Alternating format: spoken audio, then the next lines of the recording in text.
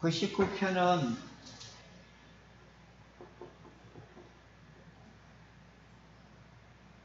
야훼는 말라크.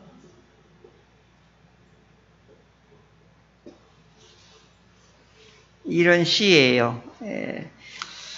이제 거의 93편에서부터 99편까지는 야훼 발라크 이제 이런 시인데요.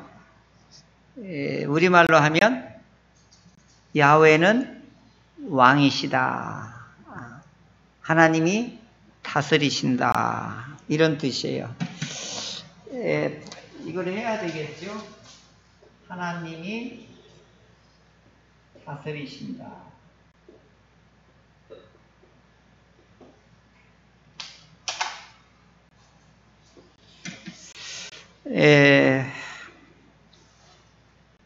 이것을 인정을 하느냐 안 하느냐 이로 인하여서 운명이 바뀌어요. 운명이 바뀌어요. 그러니까 오늘날에도 누구를 왕으로 삼느냐에 따라서 운명이 바뀌어요. 그 지난 추석 때 영화를 좀 시간대를 이렇게 방송국에서 좀 달리했으면 좋았을 텐데 이순신 장군 마지막 노량 전투에서 돌아가시잖아요. 그래서 노량이라는 영화를 한 방송국에서 최초로 방영을 해줬고요. 또 다른 방송에는 같은 시간대에 서울의 봄이라고 하는 전두환 쿠데타 일으킨 그 내용이 동시에 한 거예요. 전 노량이라는 영화는 봤는데 서울의 봄은 못 봤거든요. 그래서 영화를 동시에 요렇게 옮겼다, 요렇게 옮겼다 이렇게 해서 두 편을 동시에 다 봤어요. 아이고 여기 보면 여기 궁금하고 여기 보면 완전히 다른 주제예요. 이순신 장군은 마지막에 총탄을 맞았어도 이 전투에서 저 왜군들을 살려보냈으면 안 된다. 그래야 이 전쟁이 멈출 수 있다. 나의 죽음을 알리지 말라. 해가지고 자기 투구를 그 부하한테 입혀가지고 이 북을 계속 치게 해서 그 전쟁을 이겨요. 나중에는 막 온 백성들이 그 장례식에 참여하는 장면을 끝내는데 저 그 장면을 보면서 한 분의 희생이 나라의 운명을 이렇게 바꿔놓는구나. 굉장히 감동적이었어요. 그런데 이쪽 채널로 서울의 봄은 오는가 했더니 이 군인들이 와가지고 다 때려엎고 막 대통령한테 하고 막 그 하극상 해가지고 자기 상관을 죽이고 북한이 쳐들어오든 말든 막 서울 한복판에 탱크로 막 밀고 들어와서 그 못된 짓을 해서 정권을 탈취하고 애매한 사람들 다 잡아 죽이고 하는 이 반역자 쿠데타 이러면서 권력을 잡고 군사 독재를 대한민국 역사를 완전히 뒤로 후진시키는 그런 못된 그런 사람에 대한 영화를 동시에 이 짝은 영웅을, 이 짝은 반역자를 그런 영화를 이렇게 두 편을 이렇게 봤습니다. 근데 이제 이순신 장군은 본인 혼자 이긴 건 아니에요. 백성들이 이순신 장군이 싸운다, 이순신 장군이 온다, 이순신 장군이 배를 만든다, 이순신 장군이 한다. 그러면 백성들이 무조건 따랐어요. 근데 선조 임금은 백성 버리고 도망갔단 말이에요. 근데 이순신은 아무리 모함을 받아도 백의종군 하더라도 아니 총사령관에다가 갑자기 이등병으로 강등해서 왔는데 나 같으면 그 총과 칼을 가지고 왕한테 덤벼들지 왜군한테 안 싸운다고, 나 같으면. 그런데 그런 걸 내색을 안 해요. 그리고 백성을 보호하는 것이 자기의 사명이라고 해서, 그러니까 이제 온 백성들이 이순신 장군을 그 남해안의 왕으로 모시는 거예요. 왕으로, 이분이 뭐 칼과 힘으로 한 게 아니라 존경심으로 백성들은 이순신 장군한테 가면 그분 밑에 있으면 우리는 안전하다, 왜군으로부터 우리를 보호해 준다, 이런 믿음이 있고, 그리고 반드시 내 백성은 내가 지킨다. 이순신 장군은 백전백승을 했어요. 그걸 쭉 찾아보니까 백전백승. 어떤 전투에서는 한 명도 부상당한 사람도 없어요. 그런 전투를 어떻게 하냐고요. 우리 아군이 한 명도 안 다쳐서 한 명도 안 죽고. 그러니까 이순신 장군은 신이요, 신. 그러니까 이제 왜군이 와서 다 뺏어가고 약탈하고 기백하고 코백하고 아녀자들 다 농락하고 했던 이런 데인데 이순신 장군만 뜨면 백성들이 다 이렇게 우리의 보호자고 우리의 왕이고 우리의 장군이고 우리의 안전처다. 이게 이제 백성들이 이순신 장군이 배 만들자 그러면 뚝딱뚝딱 해서 거북선을 만들어내는 거예요. 이게 왕이에요. 이게 왕. 그러니까 오늘 성경에서 말하는 야훼는 왕이다라고 하는 것은 바로 이거하고 밀접한 관계가 있는 거예요. 하나님은 우리의 왕이다라고 하는 건 하나님은 우리의 안전처고 우리를 보호자고 우리를 든든하게 하고. 그런데 이순신 장군이 반역자 있어요. 막 적에게 막 투항하려고 했는데 그 자리에서 목을 쳐버리잖아요. 일벌백계. 굉장히 자비한 것 같으면서도 나라에 훼손을 시키고 전쟁의 위험을 뼈트리는 자에게는 가차없이 정의의 이름으로 처단하는 걸 또 볼 수가 있죠. 이게 지도자의 공의와 지도자의 이 백성을 사랑하는 이게 두 가지가 동시에 있는 거지요. 그러니까 한 번은 사랑과 하나는 정의, 이게 두 가지를 동시에 사용할 수 있어야 이게 진짜 왕이 되는 거예요. 이제 그 하나님이 오늘 99편에서 오늘 찬양을 하고 있는 것입니다. 자, 오늘 하나님은 우리를 다스린다, 하나님은 우리의 왕이다 라고 하는 데는 반드시 이 두 요소가 있다는 것을 우리는 알아야 돼요. 하나는 보호하심과 하나님은 정의로, 하나님은 심판하신다. 이 두 부분이 있어야지만이 진정한 왕이 되는 거예요. 왜냐하면 정의의 심판이 없으면 악이 기승을 부려요. 그래서 공동체든 어디든 이걸 다 무너뜨리는 거예요. 오염시키고 타락시키고 그래요. 그래서 이 정의와 공의로 반드시 다스리지 않으면 그 공동체, 그 나라는 존속할 수가 없어요. 그래서 이스라엘 역사는 하나님이 왕이라고 하는 것을 부정할 때 이스라엘은 망하게 돼요. 하나님을 왕으로 모시지 않으니까. 그게 무슨 얘기냐면 하나님께서는 우리에게 아까 여기 8절에 보면 8절 한번 읽어볼까요? 하나님이 어떤 분인가? 시작.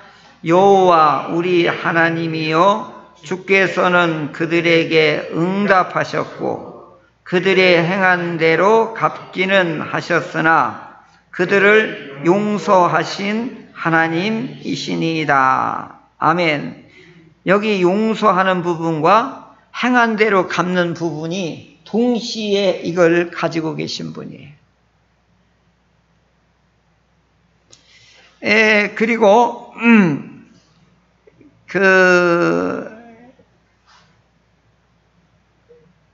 4절에 보면 하나님이 어떤 분이냐. 4절도 한번 같이 읽어볼까요? 시작. 능력 있는 왕은 정의를 사랑하느니라.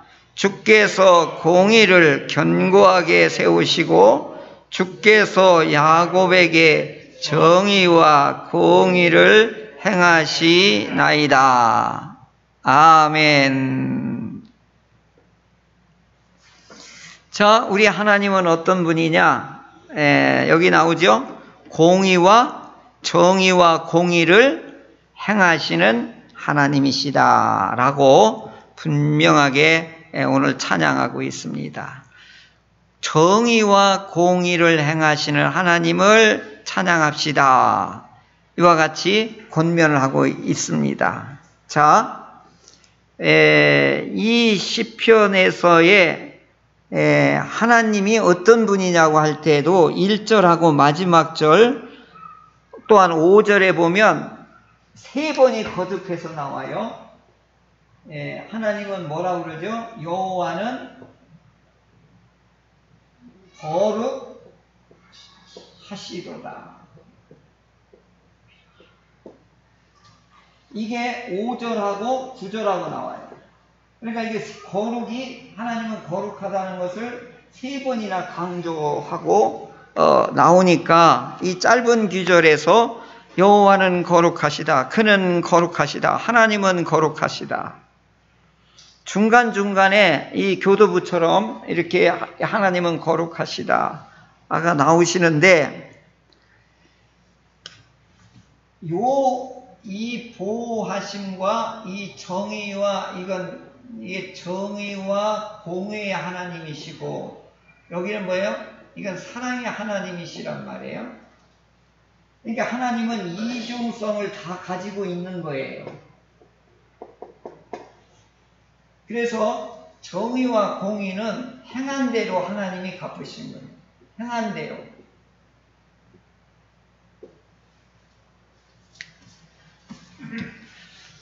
이게 구약의 율법에는 반드시 요 줄기가 흘러가요.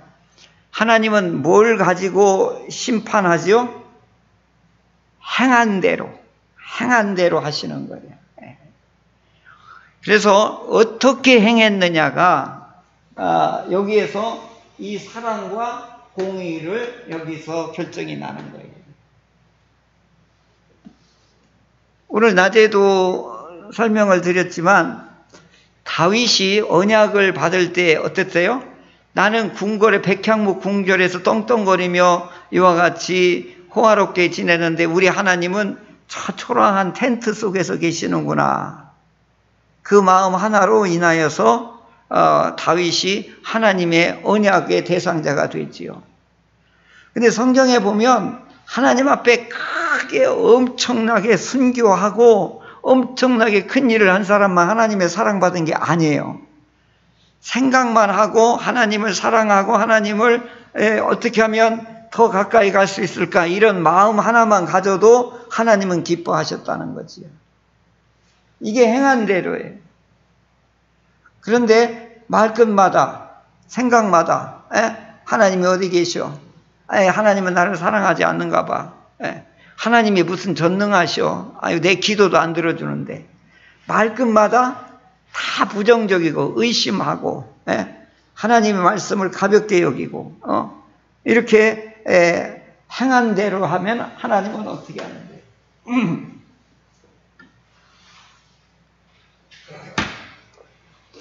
그러니까 오늘 우리들이 하나님에 대해서 너무 가볍게 여기는 경우가 너무 많아요.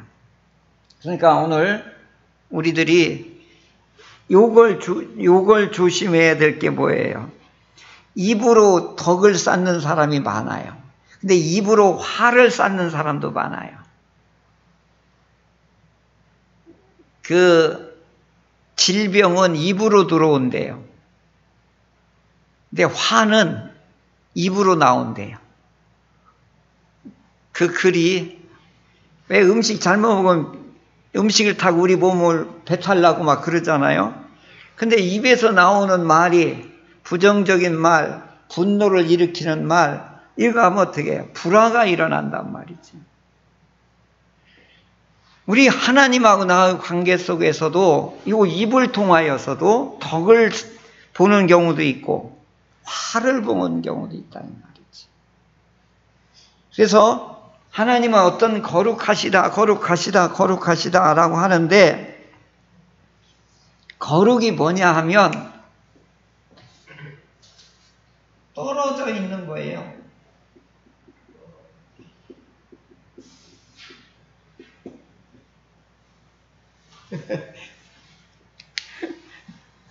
떨어져 있는 것.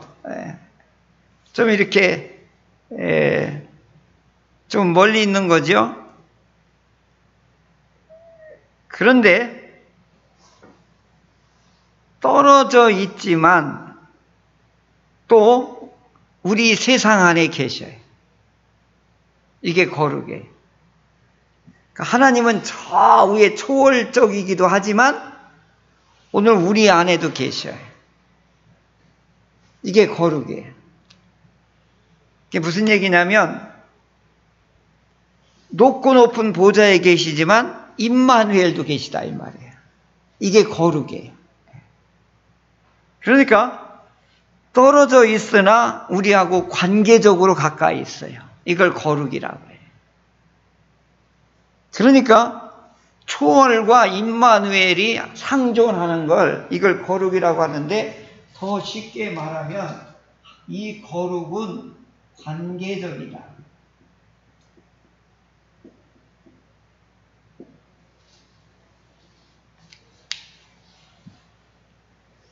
그래서 하나님은 우리하고 관계적일 때 거룩한 거예요. 그래서 가까운 관계냐 먼 관계냐, 믿는 사람은 가까운 관계고 안 믿는 사람은 먼 관계예요. 그래서 하나님은 거룩이에요. 그래서 떨어져 있으면서도 관계적이에요. 이걸 하나님은 거룩하다, 하나님은 거룩하다, 하나님은 거룩하다, 이제 이런 표현을 이제 하게 되는 거죠. 그래서 그 거룩하신 하나님은 보좌에 계실 때 케투빔이 이 요한계시록에 보면 사자로, 그 다음에 독수리로, 또 다음에 소로, 사람의 얼굴로 막 이런 형상으로 막 보좌를 호위를 하고 있잖아요. 그러니까 우리 하나님은 이렇게 케투빔에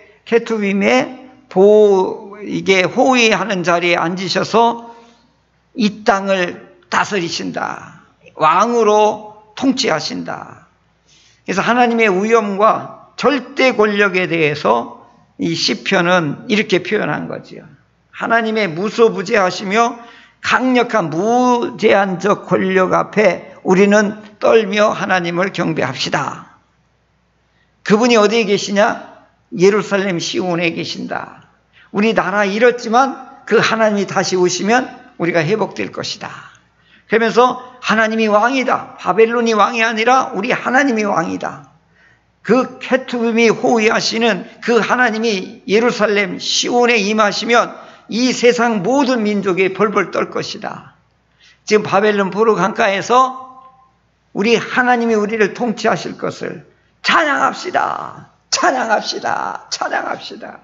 하나님은 행한 대로 갚으신다. 그러니까 어떻게 되죠? 우리 하나님을 모세와 아론과 사무엘처럼 기도하여 반드시 응답하시는 그 하나님이 오늘 우리들의 증거와 율례를 가지고 오늘 우리를 통치하시니까 성산에서 우리 하나님을 예배하자라고 이와 같이 이 연사 강력하게 외칩니다. 이 99편에도 이렇게 말씀하고 있는 것입니다. 구름기둥 이거 쭉 얘기하고 있잖아요. 하나님의 이 땅에 거룩하지만 떨어져 있지만 우리 안에 내려오시는 하나님, 이걸 새롭게 거룩을 해석한다면 바로 이거죠.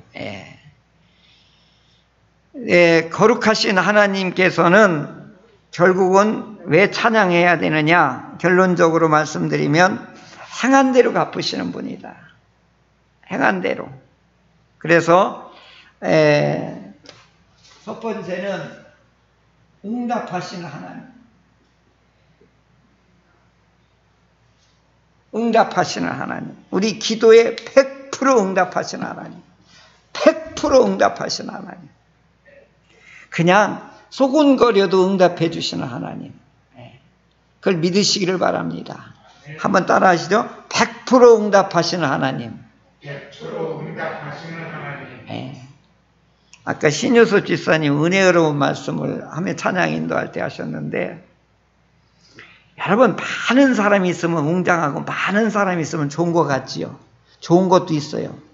그런데 우리 하나님은 진실한 마음, 그냥 조그만 소리를 하더라도 하나님 저 사랑해요, 이런 것을 우리 하나님이 기뻐하신다는 사실을 알게 되고 체험하고 경험하게 되면 수와 양보다도 하나님하고 친밀한 관계도가 더 소중하다라고 하는 거예요. 그러니까 우리 하나님은 반드시 응답하시는 하나님이고, 두 번째 잘못한 건 뭐 하시는 분이냐? 용서하시는 하나님이시죠.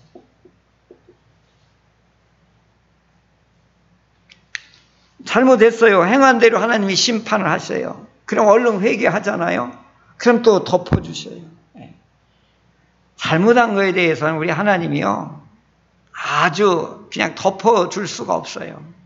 반드시 심판하시고 회개하고 참여할 때는 하나님이 용서하시지요. 그건 다윗을 보면 너무너무 잘 알 수 있죠. 그 다음에 세 번째, 아주 중요한 거예요. 복수하시는 하나님.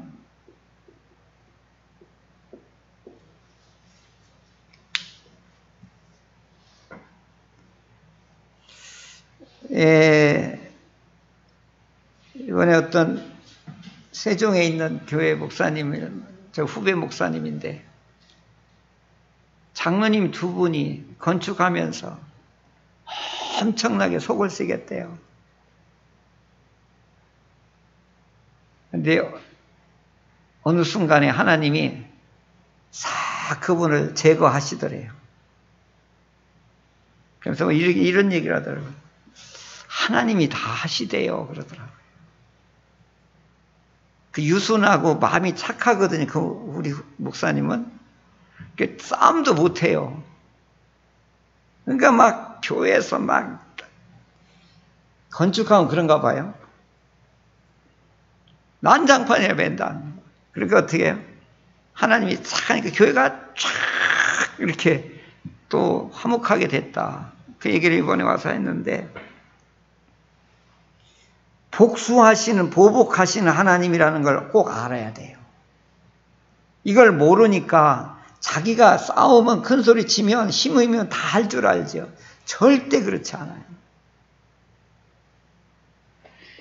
그러니까 오늘 거룩하신 하나님을 찬양합시다, 찬양합시다, 찬양합시다 하는 거잖아요. 거룩하신 하나님은 관계적인 하나님이라는 뜻을 이번에는 또 새롭게 아셨으면 좋겠어요. 저기 떨어져 있지만 또 관계적으로는 또 가까워할 수 있다, 이 말이죠. 그러면서 하나님은 행한 대로 용서도 하고, 행한 대로 응답도 하고, 행한 대로 어떻게도 하신다? 보복도 하신다. 네. 그러니까 우리 하나님에 대해서 우리가 어떻게 해요? 너무 가볍게 보아서는 안 된다라고 하는 것입니다.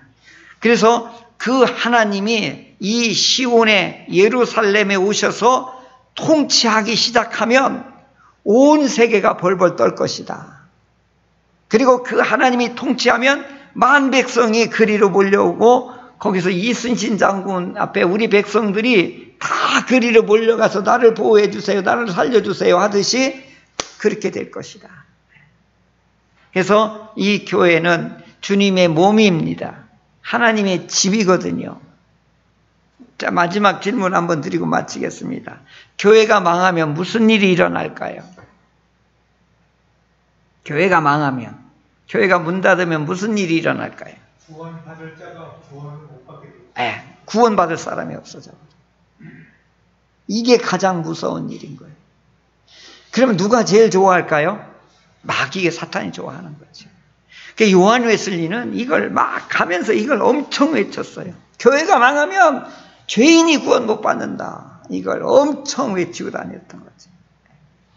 오늘 한국 교회가 총체적으로 위기예요.